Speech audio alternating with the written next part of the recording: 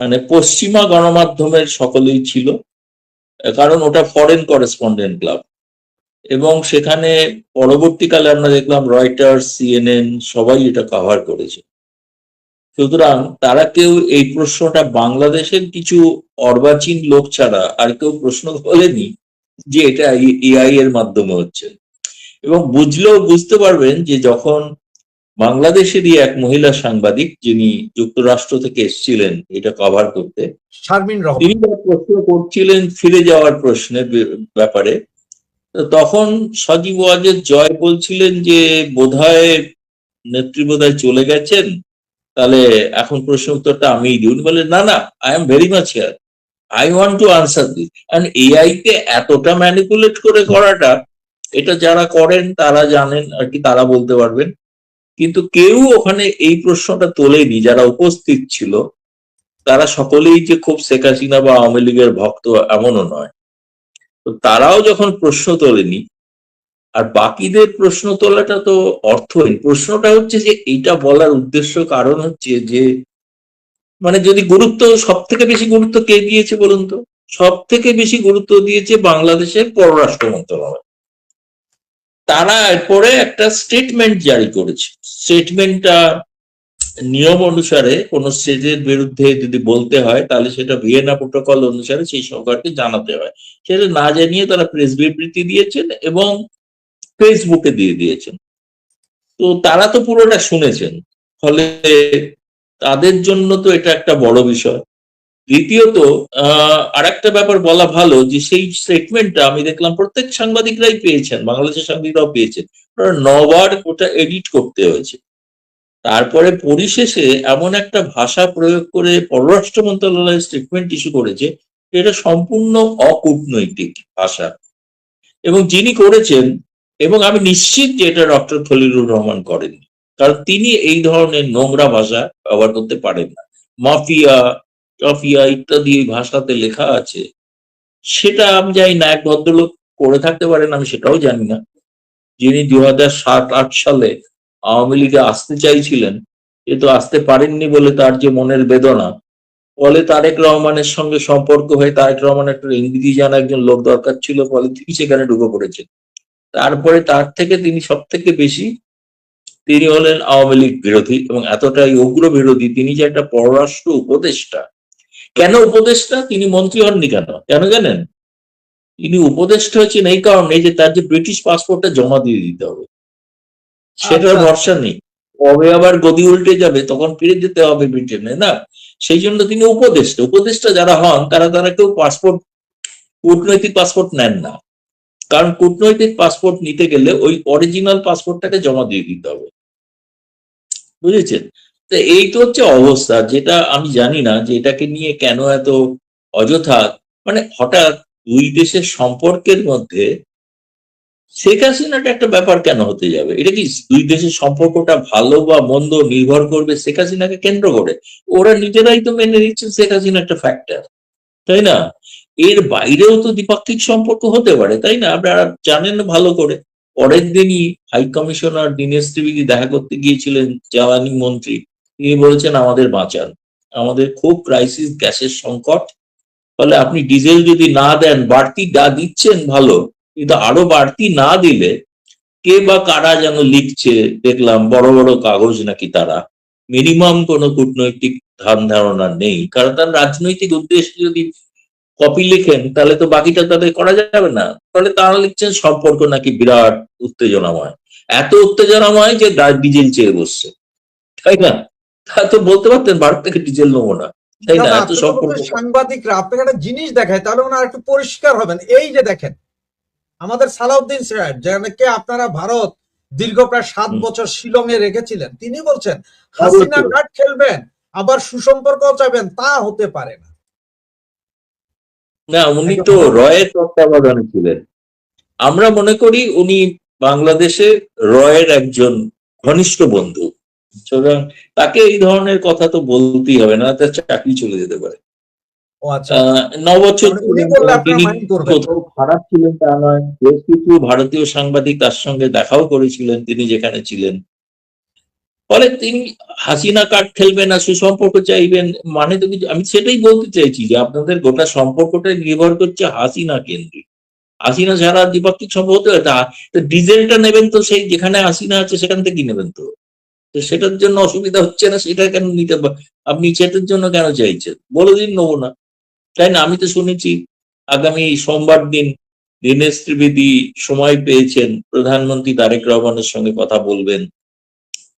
তিনি হয়তো তার দিক থেকে কিন্তু অনুযোগ করতেই পারেন, খুব স্বাভাবিক। কিন্তু মূল বিষয়টা হচ্ছে সেই দিন যে সাক্ষাৎ হবে তাতে হয়তো সকলেই জানতে পারবে যে তারেক রহমান ব্রিক্স সম্মেলনে যে আমন্ত্রিত, তারা সেখানে আসছেন কি আসছেন না, এবং না আসলে তাদের ক্ষতি হবে, এটা তাদের বোঝা উচিত। তাদেরকে আমি দেখেছি বাংলাদেশের একটা কাগজ লিখেছে যে যাওয়া উচিত। হ্যাঁ, পরের প্রশ্ন। দাদা, এখন পরের যে প্রশ্নটা, এটা খুব ইন্টারেস্টিং। এই ভদ্রলোককে হয়তো আপনি চেনেন, ফারহাদ মাঝার নাম, তাত্ত্বিক নেতা। উনি বলছেন যে 24 জুলাই আগস্টের যে আন্দোলন, সেটা সেফ হাউস ছিল, যুক্তরাষ্ট্র নিজে পরিচালনা করতে একটা সেফ হাউস। সেইখানে এই যে জুলাই আগস্টের সন্ত্রাসীগুলোকে নিয়ে ওরা রাখতো, মগজ ধোলাই করতো। তাহলে এতদিন আমরা যে বলেছিলাম যে এটা যুক্তরাষ্ট্রের তৈরি করা, পাকিস্তানের আইএসআই নিয়ন্ত্রিত, তার কি প্রমাণ কি উনি দিচ্ছেন? কারণ উনি কিন্তু বিশাল তাত্ত্বিক নেতা, উনি কিন্তু ওই সময় খুব অ্যাগ্রেসিভ ছিলেন।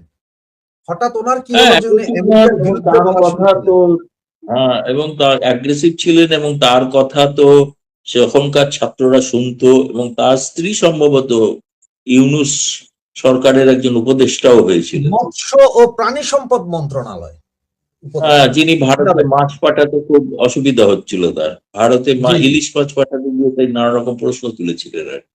তিনি আবার সংসদে মহিলা কোটারও বিরোধী, মহিলা হয়ে মহিলা কোটার বিরোধী। এ অদ্ভুত ধরনের আদর্শ। কিন্তু তার যে স্বামী, যিনি যার কথা বললে ফারাদ মাজার, তিনি একজন তাত্ত্বিক নেতা। তিনি আহ মার্ক্সবাদেও বিশ্বাস করতেন এক সময়, পরবর্তীকালে তিনি এমনই মার্ক্সবাদে বিশ্বাসী হলেন যে তিনি বঙ্গবন্ধুর যে ধর্মনিরপেক্ষত যে সংবিধান, তার বিরুদ্ধে তার বই বেরোলো। এবং তিনি বলছিলেন অন্য আর একটা ইন্টারভিউতে, তার বই নাকি হু হু করে কাটতি বেড়ে গিয়েছিল। ফলে তার থেকে বুঝতে পারছিলাম যে বাংলাদেশে একটা রেজিম চেঞ্জ হতে পারে। এবং তার কথা তিনি পরবর্তীকালে আমার মনে হয়েছে তিনি তো ইউনূসের অত্যন্ত ঘনিষ্ঠ। কারণ তিনি অতীত কিন্তু তার কিন্তু আমেরিকা থেকে, আমি জানি না কেন আমেরিকা বিরোধী এত কথা বলছেন। তিনি পড়াশোনা কিন্তু আমেরিকা থেকেই করেছেন, সেখান থেকেই ফিরে এসছেন। যারা এই ধরনের কথা বলছেন বা বিপ্লব করছেন বা করেছেন, অধিকাংশের ব্যাকগ্রাউন্ডই হচ্ছে আমেরিকা। তো এখন কোনো কারণে আমেরিকা তাকে আর প্রয়োজন মনে করছে না, কাজ হয়ে গেছে, মিটে গেছে, তাকে ছুঁড়ে ফেলে দিয়েছেন। ফলে তিনি সেই কারণে হয়তো ক্ষুব্ধ। এখন সেই জন্য যা সত্য জানতেন সেগুলো ধীরে ধীরে এখন প্রকাশ করে ফাঁস করে দিচ্ছেন। এটা তো সকলেই জানে যে এটা ডিপ স্টেটের খেলা ছিল এবং মার্কিন দূতাবাস, অন্য কাউকে তো এবার বলার দরকার নেই। প্রথমত মোহাম্মদ ইউনূস বলেছিলেন এটা একটা মেটিকুলাস ডিজাইন, আর ফরাদ মাজার এতদিন পর স্বীকার করলেন যে আমেরিকান দূতাবাস থেকেই সবটা কলকাঠি নাড়া হয়েছে। ভালো, তাহলে তো তারাই বলছেন যখন, তখন তো আর বোঝাই যাচ্ছে যে বিএনপি তো একটা উপলক্ষ মাত্র ছিল, তাই না? দাদা, আমার হ্যাঁ, কিছু সূচিবায়ু আছে, আপনি সূচিবায়ুটা বুঝেন কিনা জানি না, মানে পরিস্থিতিটা যদি বুঝাই তাহলে হয়তো বুঝবেন। যেমন আমি, আমার বিছনার চাদর প্রতিদিন চেঞ্জ করতে হয়, বালিশের কাভার প্রতিদিন চেঞ্জ করতে হয়, শোয়ার আগে বিছনা আমাকে ঝাড়ু দিতে হবে যতই পরিষ্কার থাকুক, সূচিবায়ুরও। তা এই জন্য আমি সবকিছুতেই সন্দেহপ্রবণ।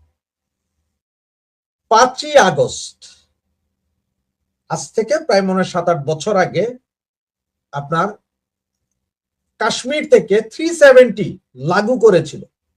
স্মরণ আছে নিশ্চয়ই, এটা আপনার দেশেরই, ভারত সরকার। 2024-এর প্রত্যাহার 5ই করতে আগস্ট, হবে। 2024-এর 5ই আগস্ট আইএসআই আমেরিকা একজোট হয়ে আওয়ামী লীগ সরকারকে ফেলেছিল। আবার এই 5ই আগস্ট 2 বছর পরে শেখ হাসিনা ওই দিনই প্রেস কনফারেন্সে এসে সরাসরি প্রশ্নের উত্তর দেওয়া, কথা বলা, তিনটাকে যদি একই লাইনে মিলে কিছু কি মিলানো যাচ্ছে কি? কেন বারবার 5ই আগস্ট? কাকতালীয় নয়।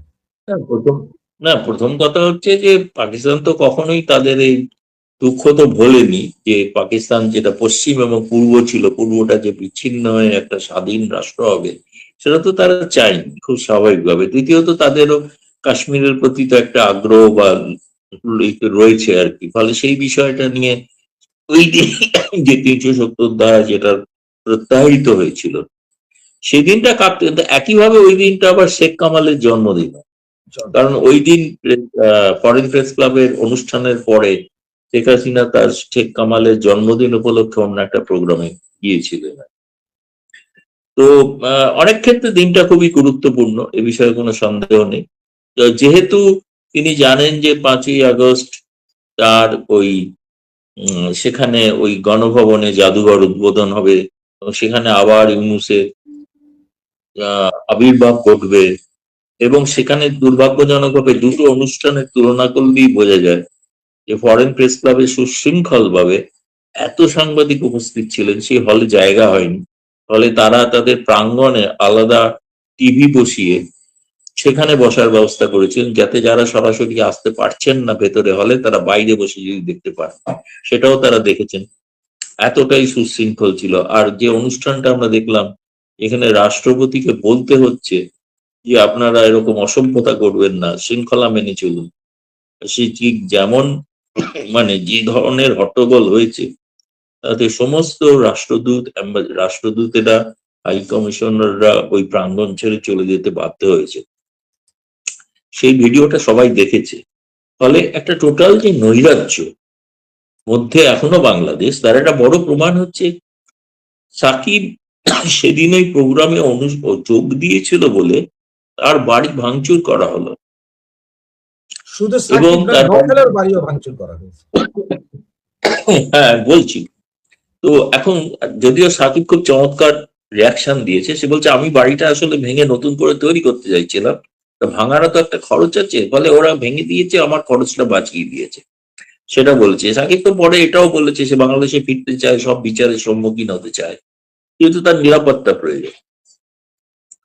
আর নওফেলেরও চট্টগ্রাম বাড়িতে বারবার ওই বাড়িতে হামলা হয়, বারবার হয়, এবারও হয়েছে।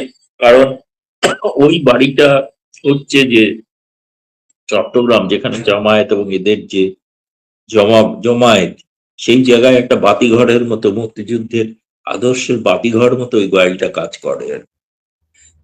ফলে সেটা তো একটা আদর্শগত লড়াই, সেই কারণে নওফেলের বাড়ি আক্রান্ত হয়েছে, জ্বালিয়ে দেওয়া হয়েছে।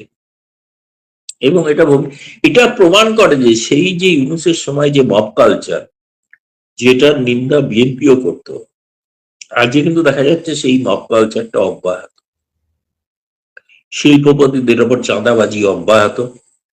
তাদের যদি তারা চাঁদা না দেন, তাদের কারখানা, শিল্প সংস্থা তাদের খুলতে দেওয়া হবে না, কাজ করতে দেওয়া হবে না।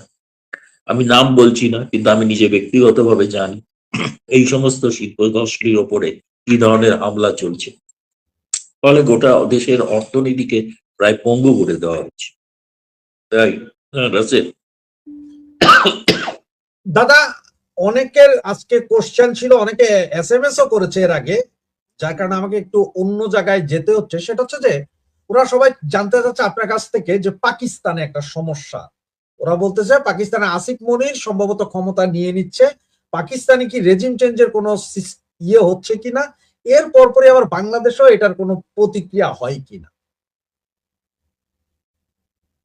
না, বাংলাদেশে প্রতিক্রিয়া বলতে আমি তো যেটা শুনেছিলাম প্রথমে, সেটা আমি বলেও ছিলাম প্রকাশ্যে, সেটা হচ্ছে যে রাষ্ট্রপতি শাহাবুদ্দিনকে যেরকম পদত্যাগ করতে বলা হলো, বিদেশ ছেড়ে সিঙ্গাপুরে চলে গেছেন, এবং সেনাপ্রধান ওয়াকারুজ্জামান তাকেও নাকি সরিয়ে দেওয়া হতে পারে। সেই জন্য তিনি উগ্র জামায়াতপন্থী হতে চাইছেন, যিনি ছিলেন বরাবরই জামায়াতপন্থী, এখন তো চেহারাই বদলে ফেলেছেন, দাড়ি টাড়ি রেখে মৌলানা টাইপের হয়ে উঠছেন। সেই সেনাপ্রধান তিনিও এয়ার অ্যাম্বুলেন্স নিয়ে, সেনাপ্রধান নিজে এয়ার অ্যাম্বুলেন্স নিয়ে তার কোনো ঘনিষ্ঠ আত্মীয়র অসুস্থতার কারণে সব পরিবারের সকলকে নিয়ে তিনি কিন্তু চলে গেছেন সিঙ্গাপুরে। হয়তো তিনি ফিরে আসবেন, আশা করা যায়। মানে এতটাই তার আত্মীয়ের প্রতি এতটাই। সিঙ্গাপুর একটা হচ্ছে বলা যেতে পারে দ্বিতীয় ডিপ স্টেট, যেখানে প্রচুর নেপথ্যে বা ট্র্যাক্টর মাধ্যমে প্রচুর কিছু আলোচনা হয়ে থাকে, যেগুলো অনেক ক্ষেত্রে রেজিম চেঞ্জ বা আমেরিকার স্বার্থ সংক্রান্ত বিষয়ে এখানে অনেক সিদ্ধান্ত হয়ে থাকে। এখন সেটা এখনো আমার কাছে কোনো খবর নেই, আমি জানি না।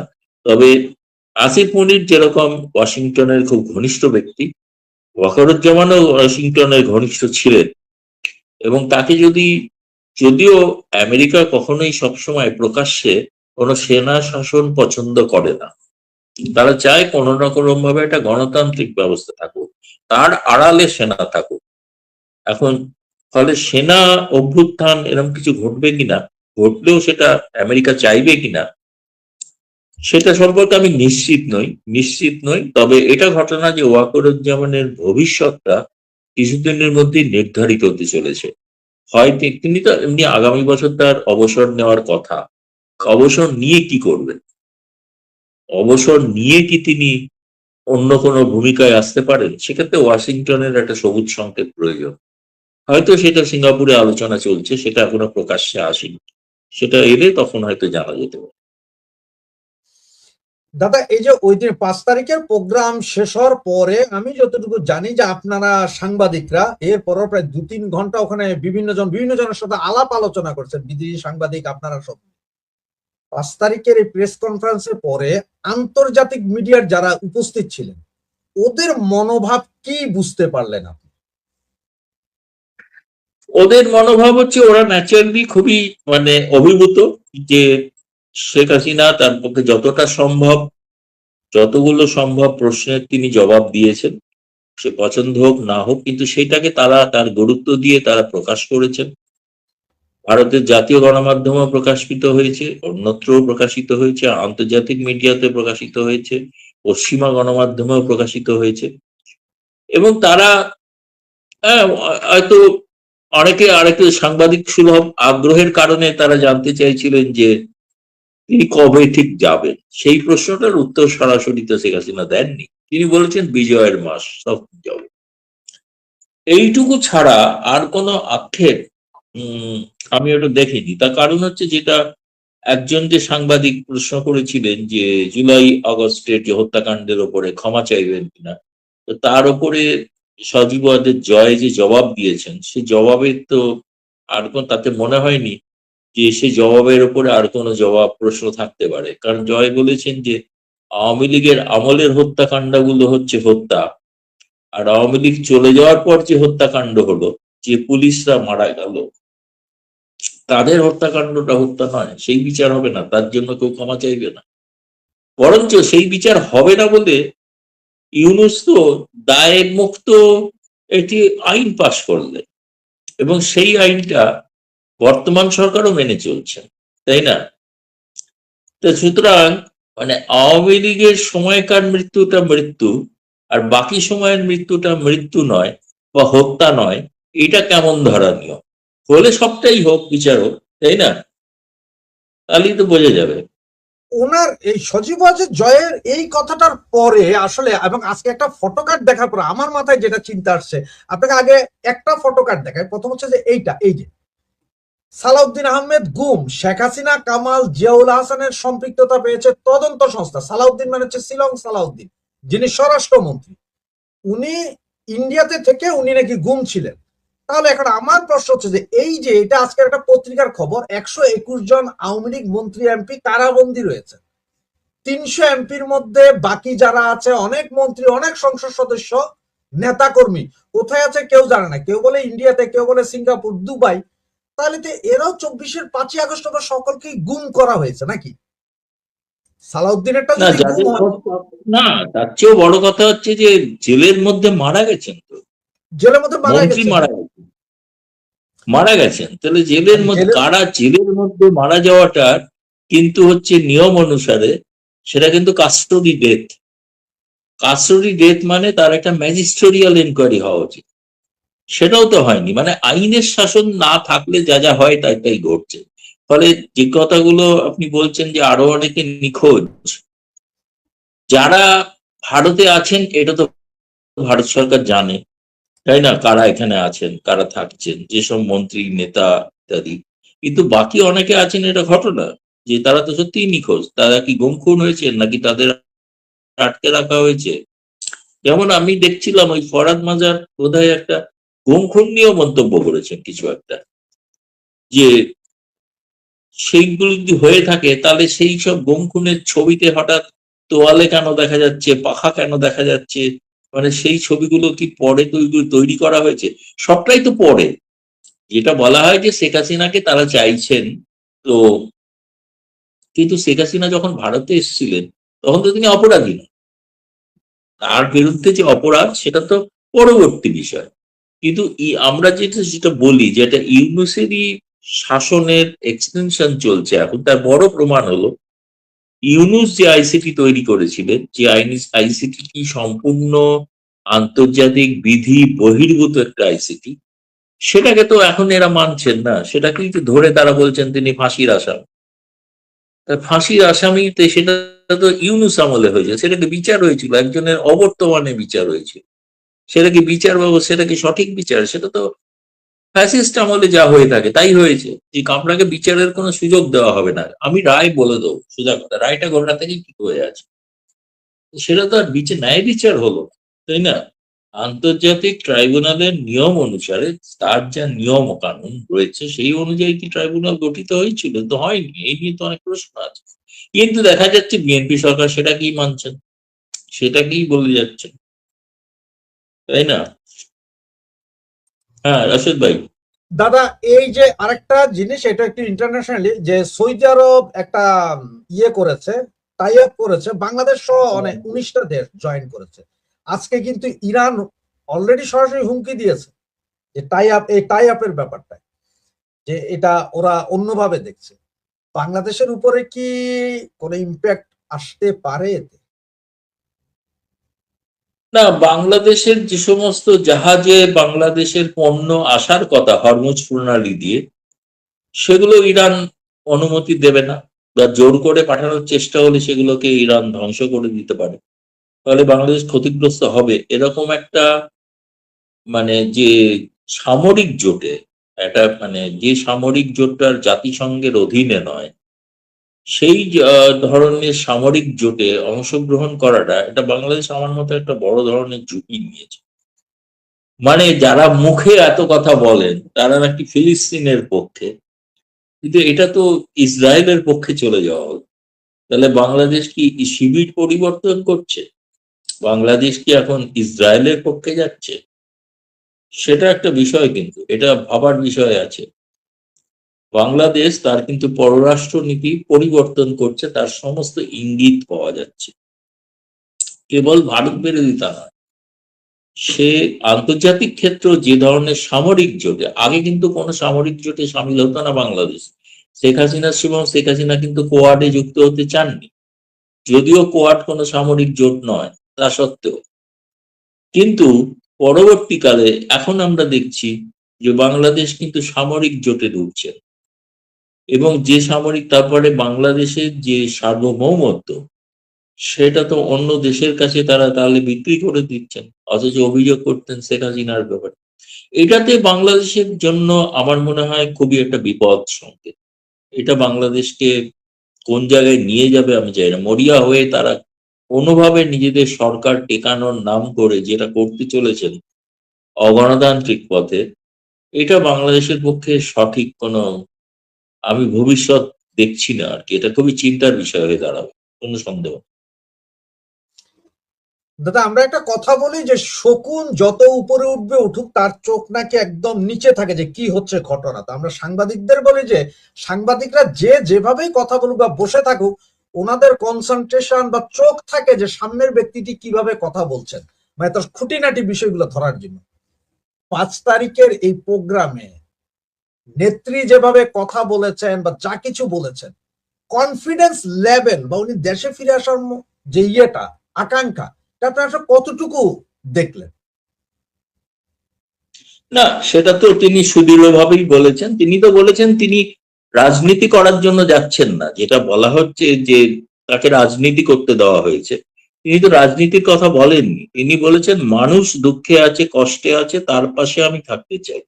আমি প্রধানমন্ত্রী হওয়ার জন্য যাচ্ছি না, বা কালকে গিয়েই তারেক রহমান সরকারকে উৎখাত করে নতুন নির্বাচন করে ক্ষমতায় যাবো, সে কথাও বলে। উনি বলছেন আমি যাচ্ছি মানুষের পাশে, আমার অনেক দিন হয়ে গেছে, 2 বছরের উপর, আমার দেশের মানুষ আমায় চাইছে, ফলে আমাকে সেখানে যাওয়া উচিত।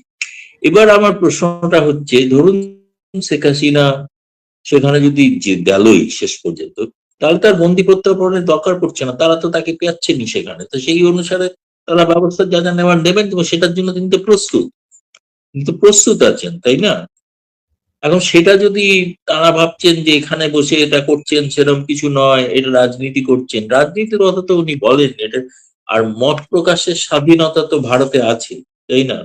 আমরা তো কাউকে বলতে পারি না, যে সাংবাদিকদেরও বলতে পারি না, তাহলে আমরা সাংবাদিকরাই সরকারের বিরুদ্ধে বলতাম। যদি ফরেন কারেন্স ক্লাবকে যদি নিষেধ করা হতো এটা করতে পারবেন না, তাহলে তো আমরাই সোচ্চার হয়ে সেদিন রাজপথে থাকতাম, শেখ হাসিনার জন্য নয়, আমাদের সাংবাদিক স্বাধীনতায় হস্তক্ষেপ করার জন্য।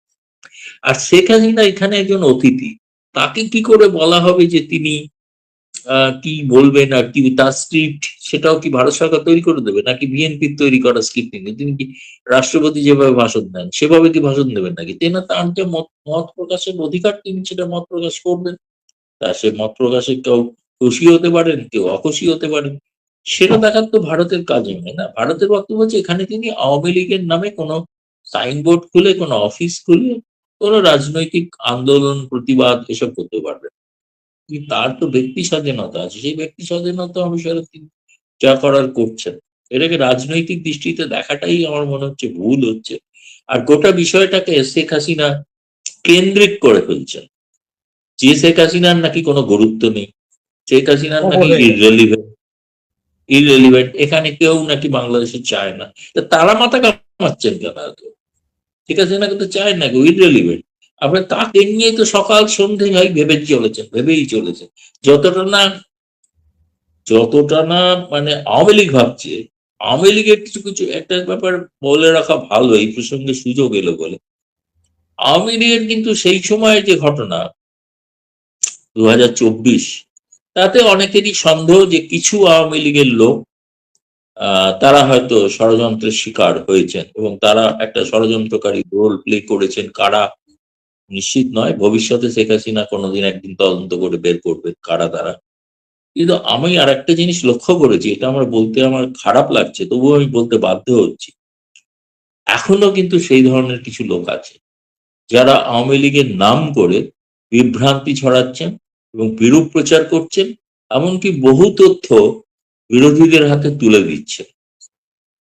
এদের সম্পর্কে আওয়ামী লীগ নেতৃত্ব তখনও যেমন সতর্ক ছিলেন না কিছুটা, আজও তেমনি অনেকটা সতর্ক নন। কারণ শেখ হাসিনার সঙ্গে কারা দেখা করছেন, কারা কথা বলছেন, সেই তালিকা মানে আমি এত ঘনিষ্ঠ হওয়া সত্ত্বেও আমি জানি না। কিন্তু আমি দেখছি বাংলাদেশের একটা বিশেষ দলের মুখপাত্র প্রায় কার্যত সংবাদপত্রের নামে তাতে সমস্ত বিশদ বেরিয়ে যাচ্ছে, এবং বেরোচ্ছে মানে কি, সেটা কেউ তো এখান থেকে ভেতর থেকেই দিচ্ছে, তাই না? তার মানে আওয়ামী লীগের মধ্যেও একটা শস্যের মধ্যে ভূত আছে, তো সেটা এখনো কিন্তু আইডেন্টিফাই করার প্রয়োজন আছে, তা নাহলে কিন্তু বিপদ আরো হতে পারে। সতর্ক হওয়া দরকার, এটা কারা, এটা চিহ্নিত করা দরকার। কারণ কারা দেখা করবেন এই তালিকাটা শেখ হাসিনা তৈরি করে, এবং শেখ হাসিনা সেই তালিকাটা ভারতীয় নিরাপত্তা এজেন্সির হাতে দেন, বা আরো কারুর কাছে দেন। এরকম যারা তালিকা পান তাদেরই কেউ কি এটা ফাঁস করে দিচ্ছেন। এটা আমার মানে আজকের পর থেকে এটা মাথায় ঢুকেছে, এবং আমি বেশ চিন্তিত। যেমন আমার মনে হচ্ছে শেখ হাসিনার নিরাপত্তা ব্যবস্থা আরো জোরদার করা প্রয়োজন আছে। তিনি ঘন ঘন যাকে যাতে দেখা না যায় সেরকম হওয়াটাই বাঞ্ছনীয়। কারণ একটা কত ষড়যন্ত্র দানা বাঁধছে, সেটা দেখে আমি কিন্তু খুব আতঙ্কিত। রাশেদ ভাই। দাদা, এই যে আমাদের বাংলাদেশের আজকের বিভিন্ন পত্রিকা, এমনকি বিবিসি বাংলাতেও এই নিউজটা করা হয়েছে যে ভারত সরকার শেখ হাসিনাকে আর বহন করতে চাচ্ছেন না।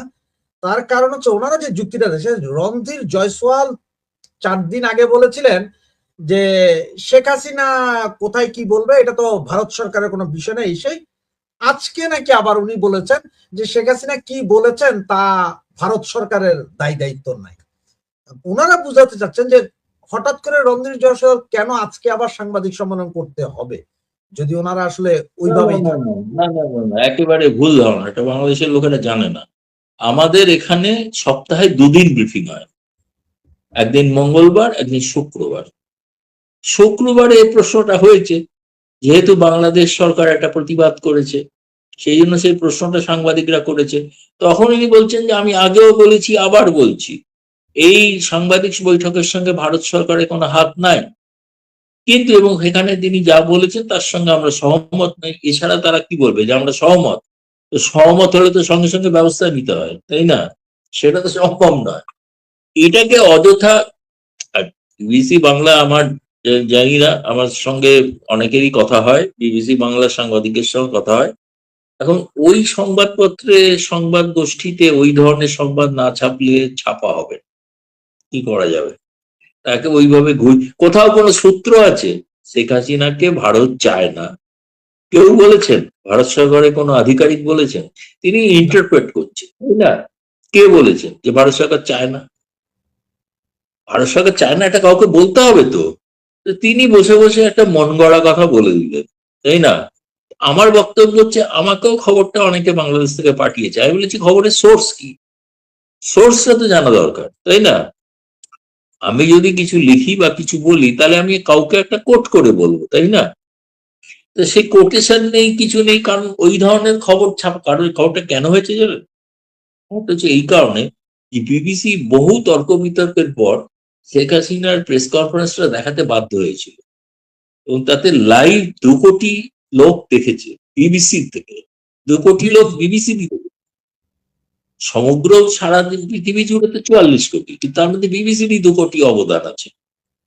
এবং তখন যখন দেখেছে তারা যখন এতটা করে ফেলেছে, তাহলে এবার একটা কাউন্টার করতে হয়, ব্যালেন্স করতে হয়। ব্যালেন্স করতে গিয়ে ও ঠিক আছে, শেখ হাসিনা যা বলেছেন বলেছে, ভারত একমত নয়, ভারত চায় না, এটা বলে আবার তাদের যে কনস্টিটুয়েন্সি যেটা, তাকে স্যাটিসফাই করা হয়। সেটা এর মধ্যে কোনো আমাকে কেউ যদি বলেন যে একটা সত্যতা আছে, এত বড় সোর্স বিবিসির আছে, আমার ভারতে তো মনে হয় না। আমি অন্তত সকাল থেকে রাত অনেক নানাবিধ জায়গায় কথা বলি, ভারত সরকারের সঙ্গে কথা বলি, আমাদের ন্যাশনাল সিকিউরিটি অফিস আছে সেখানে কথা বলি, যদি বলেন গোয়েন্দা, তাদের সঙ্গেও কথা বলি। তাদের জানতে চেয়েছিলাম যে সত্যি এটা নিয়ে কি কোনো আপত্তি বা কিছু আছে, বলে কিচ্ছু আপত্তি নেই। ভারত, সোজা কথা হচ্ছে, আমি কয়েকজন এক্সপার্টের সঙ্গে কথা বলেছি। তার মধ্যে এক্সপার্ট একজন আমাকে বলেছেন, যিনি জওহরলাল নেহরু বিশ্ববিদ্যালয়ের অধ্যাপক সঞ্জয় ভরদ্বাজ, তিনি বাংলাদেশের ওপরে কাজ করে থাকেন, বাংলাদেশ নিয়ে তিনি গবেষক।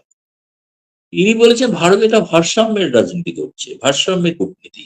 মানে বিএনপি কে অবজ্ঞা করছেন না, নির্বাচিত সরকার যখন তার সঙ্গে সরকারের সঙ্গে সমর্থন বা সহযোগিতা রাখার চেষ্টা করে যাচ্ছে।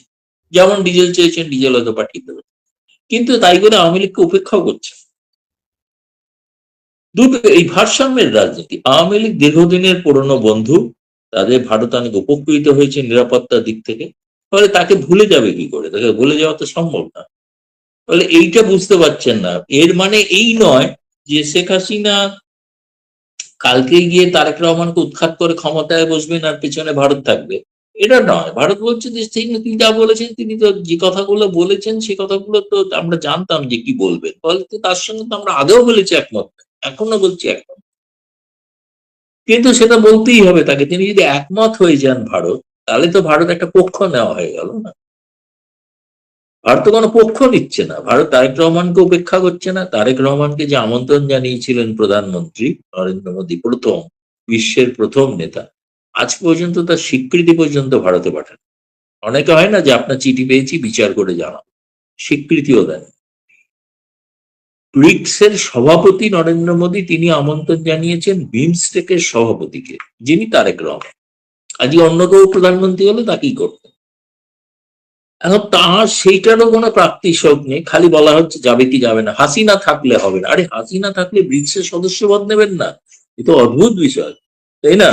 হাসিনা ভারতে আছে, এই কারণে ব্রিক্সের সদস্যপদ নেওয়ার চেষ্টা করবেন না? তাহলে কি হয়েছে? ওটা বাংলায় প্রবাদ আছে না, চোরের ওপর রাগ করে মাটিতে ভাত খাওয়া। এই থালায় খাও না, মাটিতেই খাও, কারণ থালাটা যেখানে, ওটাতে হাসিনা আছে। এ তো মানে ছেলে মানুষ, এ তো স্কুল কলেজ লাইফের কূটনীতি, এগুলো তো ম্যাচিওর কোনো কূটনীতির লক্ষণ নয়।